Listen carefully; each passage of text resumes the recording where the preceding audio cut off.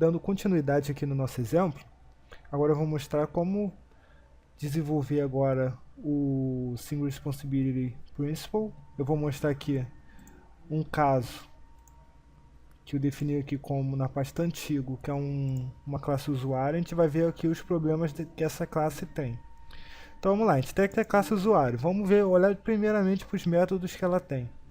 Ela tem o método cadastrar, tem o método obter todos, tem o método ativar usuário, tem o método enviar e-mail de redefinição de senha e tem o método gerar senha. De cara você já vê que está fazendo muita coisa aqui.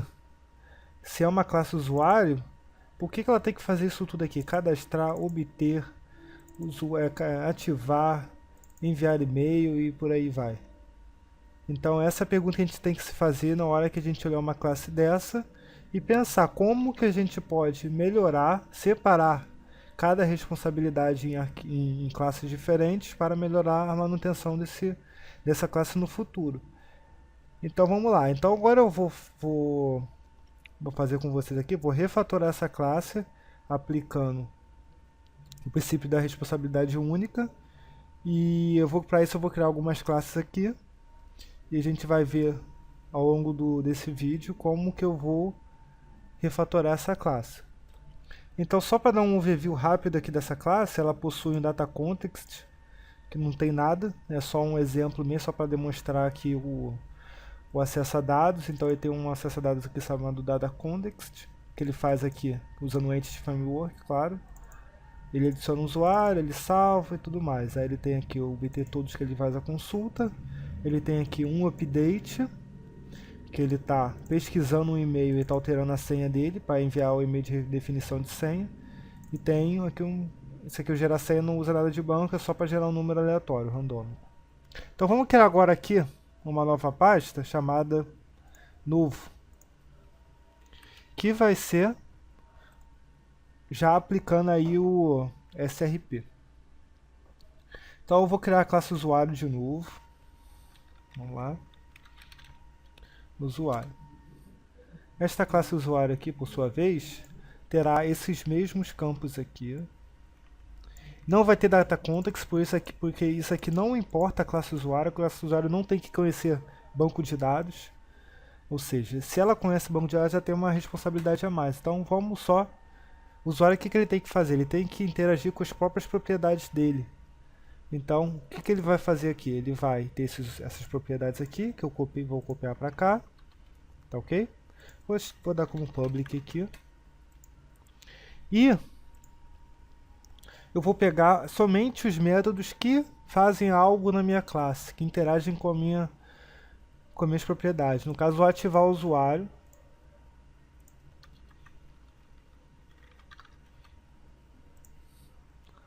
Somente isso.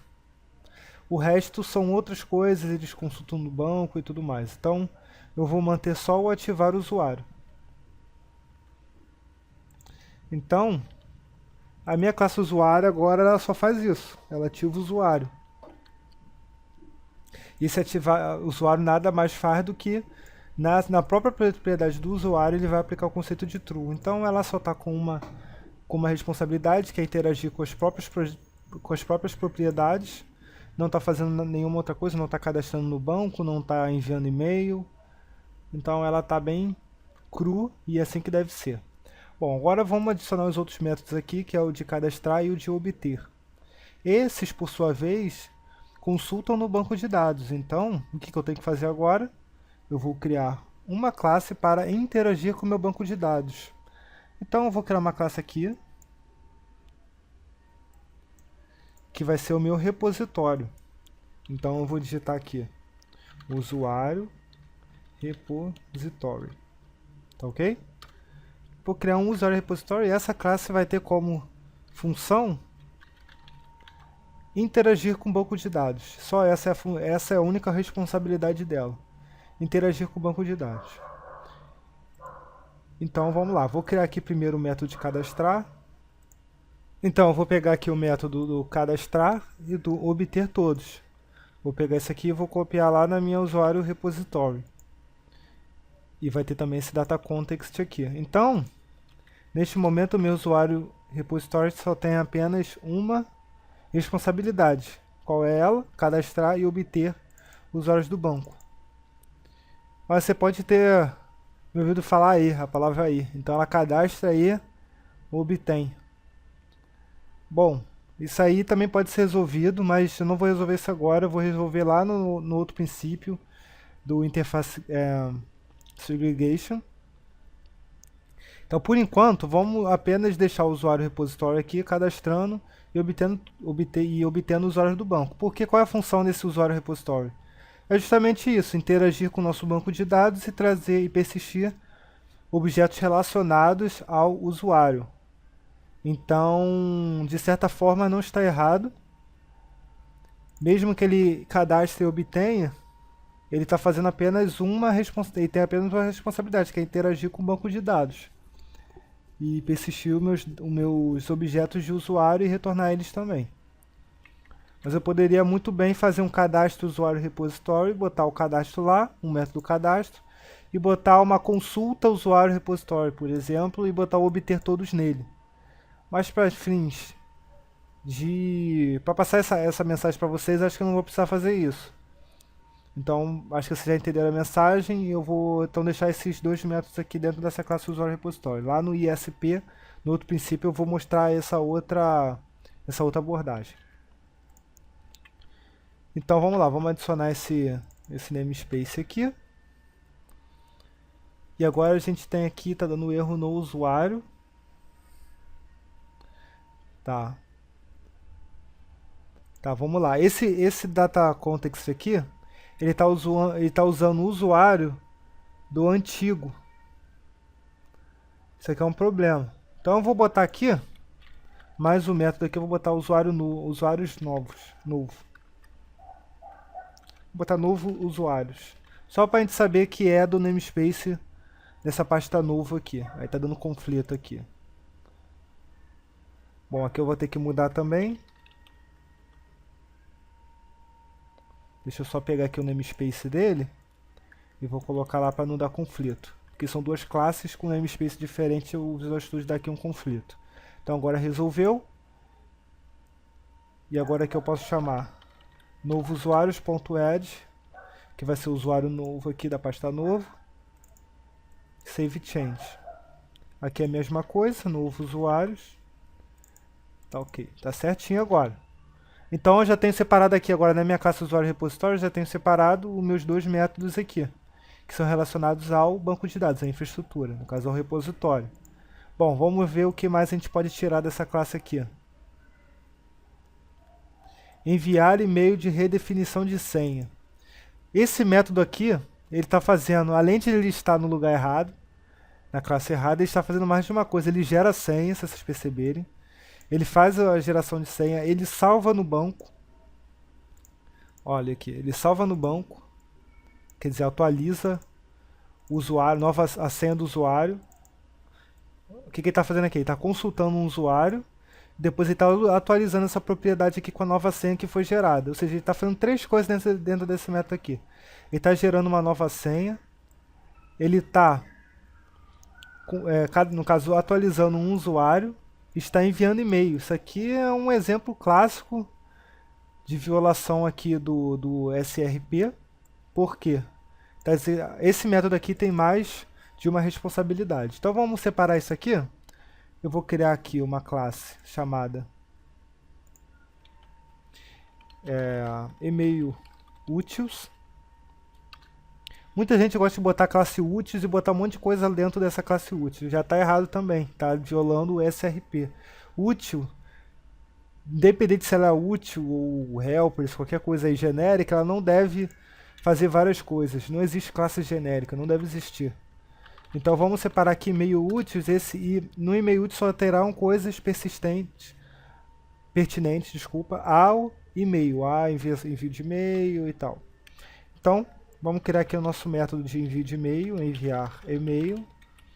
E eu vou fazer o seguinte aqui, vou copiar aquele método que está lá, na classe usuário. Vou copiar esse código aqui, vou colar aqui. E aqui eu só vou refatorar isso aqui para atender a esse método genérico. Então, eu vou ter que adicionar um e-mail aqui, string e-mail, que vai ser o e-mail que será enviado, no caso, o endereço de e-mail que será enviado a mensagem. Eu vou botar aqui o e-mail remetente, vou chamar de string e-mail, vou botar remetente aqui. O e-mail remetente, que aí fica mais claro. Então, e-mail remetente, vou botar ele aqui.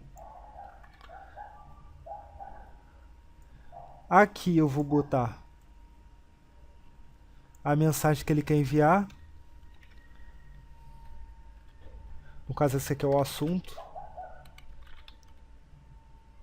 E tem a mensagem. Então, eu vou botar aqui o assunto. E aqui eu vou botar a mensagem. E o SMTP.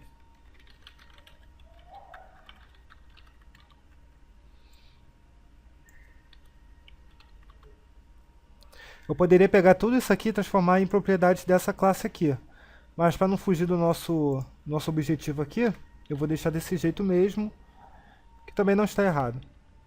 Então esse aqui vai ser um void. Eu vou botar aqui de endereço CMTP para não entrar em conflito com aquela propriedade que está ali embaixo. Essa propriedade aqui, essa variável. Então, já está criada a nossa enviar e-mail na e-mail útil. Eu vou botar isso aqui estático.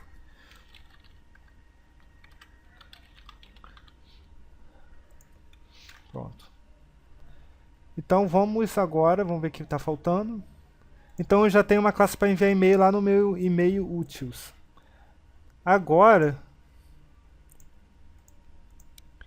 eu vou fazer, o que mais que eu posso fazer aqui? Eu poderia também criar uma classe para gerar números randômicos. Uma útil também para gerar numerações randômicas. Vou criar isso aqui também para ficar bem organizado, bem separado as coisas. Então vou criar aqui uma nova propriedade, uma nova classe chamada número randômico úteis. E aqui eu vou botar public gerar número randômico. Isso aqui vai ser um inteiro, vai retornar inteiro. Vou botar aqui, ó, int start, int stop. Bom, vou copiar esse meu método aqui. Refatorar é isso, pessoal. A gente vai só realocando as coisas aqui, melhorando o que for possível. Bom, aqui eu vou botar qual é o número inicial e qual é o número final que será gerado nesse número randômico aqui. Então, -1 aqui. Agora a gente vai criar um método lá no nosso repositório que será o de atualizar. Então eu vou botar aqui, ó, public atualizar e-mail.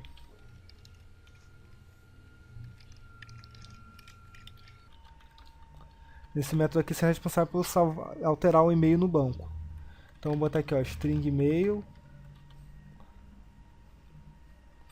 Desculpa, não é e-mail não, é senha. Vou copiar também um método que está lá para não perder tempo. Então, vou copiar essa parte do código aqui que faz a atualização da senha. Então vamos lá aqui no usuário repository. Vou consultar primeiro o usuário. Então vou ter que passar a senha aqui para atualizar. No caso, vou ter que passar a senha e o e-mail, porque o e-mail ele vai funcionar como chave. Então eu passo o e-mail aqui e a nova senha. Tá ok? Então ele vai atualizar a senha aqui. Vou dar aqui agora um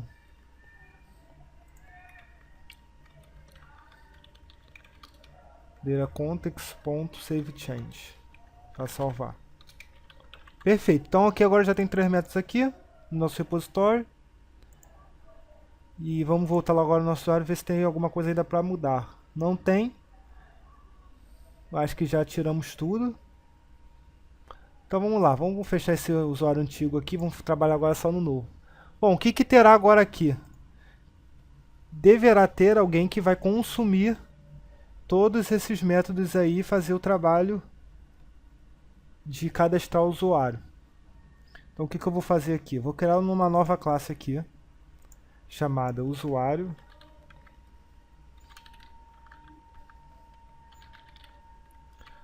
Vou chamar de cadastro usuário, que vai ser a minha classe responsável por cadastrar o usuário, no caso mais relacionado ao negócio agora. Então vamos botar aqui, ó, cadastro usuário, vou chamar de BO para falar que é um Business Object. Então tem um Business Object aqui, e vou criar uma classe chamada cadastrar. Desculpa, um método chamado cadastrar.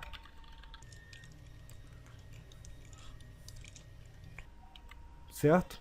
O que que esse método vai ter? Eu vou primeiro pegar esse usuário e vou ativá-lo. Depois disso,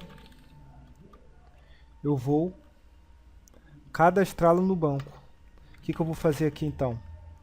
Eu vou instanciar minha repository aqui em cima. Só que é uma propriedade aqui e vou instanciar ele aqui no método. Então vamos lá, vamos botar para private, read only, usuário repository.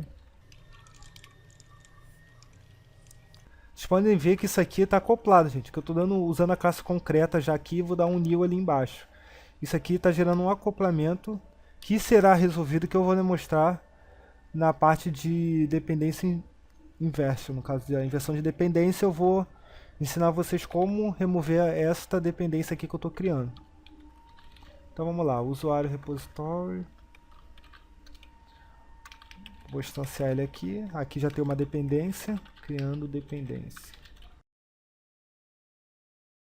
Beleza. Só para deixar claro aqui que eu estou criando uma dependência aqui, que vai ser resolvida lá no outro princípio. Então, vamos ver que está dando problema. Ah, tá. Tem que tirar o read only aqui.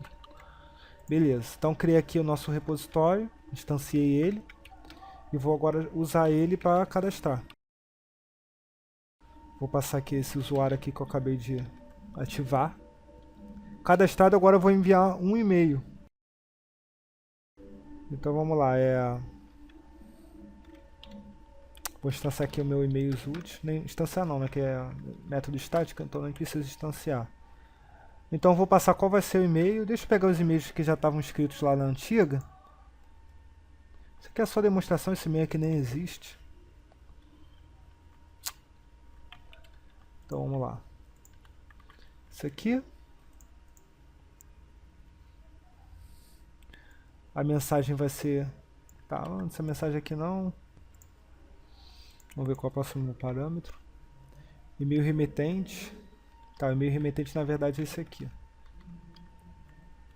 Deixa eu botar então o e-mail do usuário aqui. Usuário.email. Pronto. Assunto. Usuário criado. Mensagem. Seu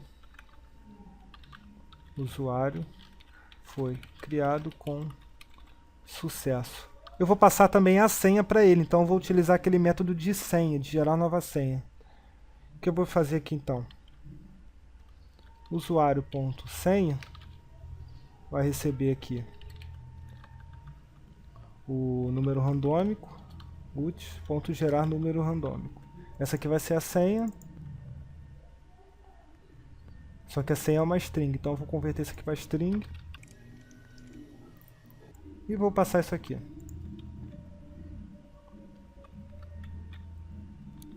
Vou tirar isso aqui daqui e vou botar uma variável aqui, mensagem.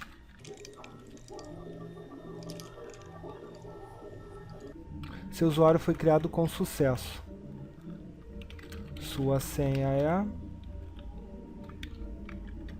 Vou usar aqui uma feature do C# 5. Então vou botar a senha agora aqui, é usuário.senha. Pronto. Então vou passar essa mensagem agora aqui.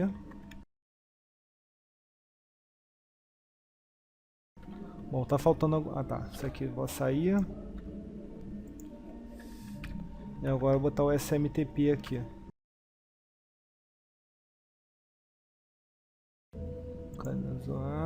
Cadastro usuário BO. Fechou. É isso. Gerar randômico aqui, eu vou botar um valor aqui de 1000 a 9.999. Então é isso, aqui eu já tenho nosso método de cadastro de usuário.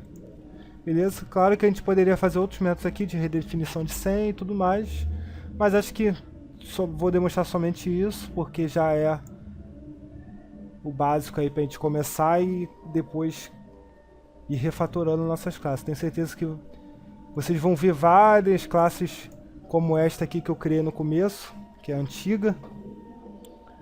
Desse jeito aqui, fazendo um monte de coisa. Tem métodos também fazendo um monte de coisa.